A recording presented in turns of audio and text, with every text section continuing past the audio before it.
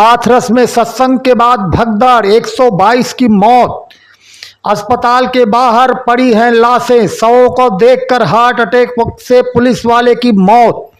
उत्तर प्रदेश के हाथरस में भोले बाबा के सत्संग के बाद भगदड़ मच गई। कुचलने से 122 लोगों की मौत हो गई। मरने वालों में ज्यादातर महिलाएं हैं। कई लोगों की हालत गंभीर बताई जा रही है। ऐसे में मृतकों की संख्या और भी अधिक बढ़ सकती है। हादसा हाथरस से 47 किलोमीटर दूर फुलराई गांव में मंगलवार दोपहर 1 बजे हुआ।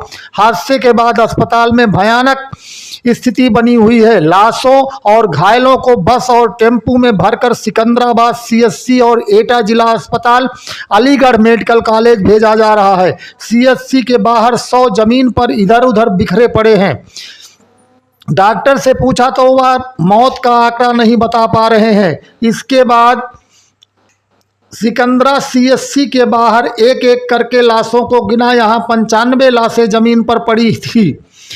एटा के सीएमओ उमेश त्रिपाठी ने बताया कि एटा के लिए अस्पताल में अब तक 2700 पहुंचे हैं, यानी कुल 122 लोगों की मौत हो चुकी है।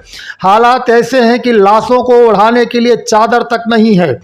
घायल जमीन पर तड़प रहे हैं। इनका इलाज कराने के लिए डॉक्टर नहीं मिल रहे हैं। मृतकों में ज्यादातर हाथरस, बदायूं और पश्चिमी यूपी जिलों के हैं। इधर एटा में लाशों का ढेर देखकर ड्यूटी पर तैनात सिपाही रजनेश 30 वर्ष को हार्ट अटैक आया और वो वहीं पर मर गया। साथ ही उसे डॉक्टर के पास ले गए, लेकिन तब तक उसकी मौत हो चुकी थी। लाश उठाने तक के लिए वहां पर लोग नहीं हैं, अफसर खड़े देख रहे हैं।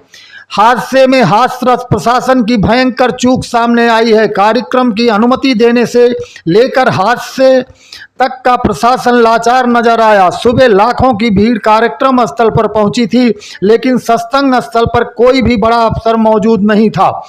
कुछ पुलिस वाले थे, वो भी इधर उधर नजर आए। परिजन ही रोते बिलखते शवों को उठा रहे थे। अफसर खड़े देखते रहे।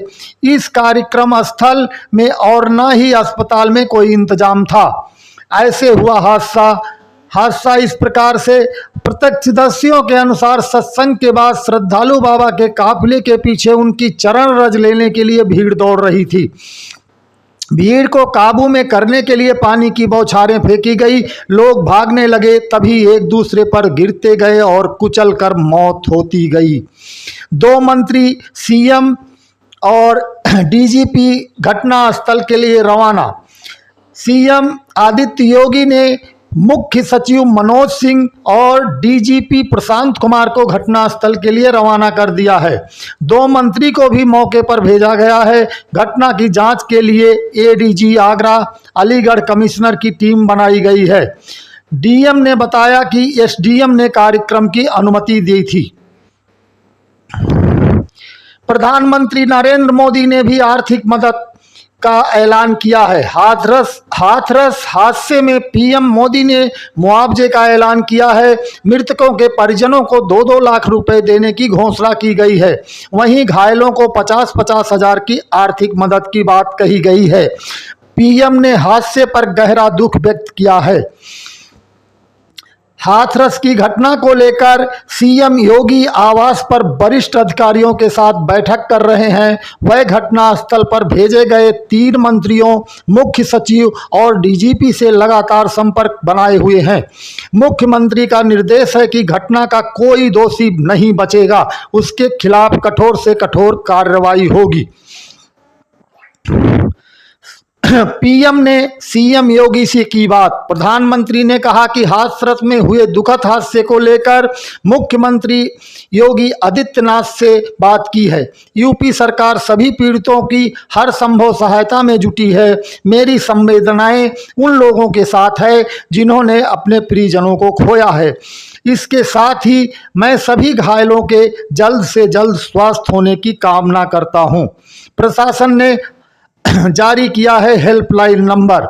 अपनों की जानकारी के लिए कृपया इस नंबर पर संपर्क कर सकते हैं। नंबर स्क्रीन पर दिखाए जा रहे हैं।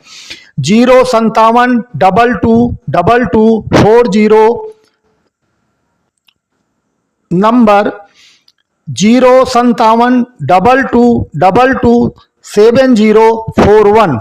दूसरा नंबर है 0572222 22227042।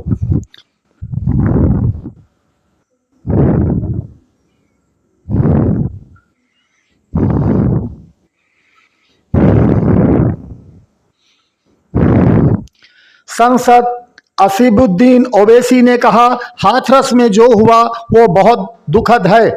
यह हादसा क्यों हुआ, कैसे हुआ और क्यों वहां की सरकार सुरक्षा नहीं कर पाई, बड़े अफसोस की बात है। उम्मीद करते हैं कि जो घायल हैं उन्हें राहत पहुंचाई जाए और बाद में इसकी जांच कराई जाए। डिंपल यादव बोली, प्रशासन की विफलता की वजह से हुआ ये हादसा। डिंपल यादव ने कहा कि ये पूरी तरह से शासन और प्रशासन की जिम्मेदारी थी कि यदि इतने बड़े स्तर पर कोई आयोजन हो रहा था तो सभी सुविधाएं पहुंचाई जाएं, लेकिन ये लोग कहीं ना कहीं विफल रहे और हर क्षेत्र में ये लोग विफल ही हो रहे हैं। अखिलेश यादव ने कहा, सरकार आखिरकार क्या कर रही थी। अखिलेश यादव ने कहा, सरकार की जानकारी में होने के बावजूद इतनी बड़ी घटना होना बहुत दुखद है।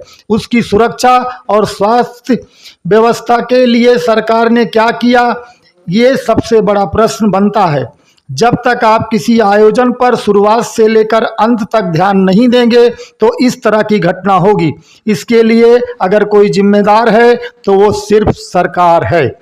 इस तरह की और भी ताज़ा खबरों को देखने के लिए हमारे चैनल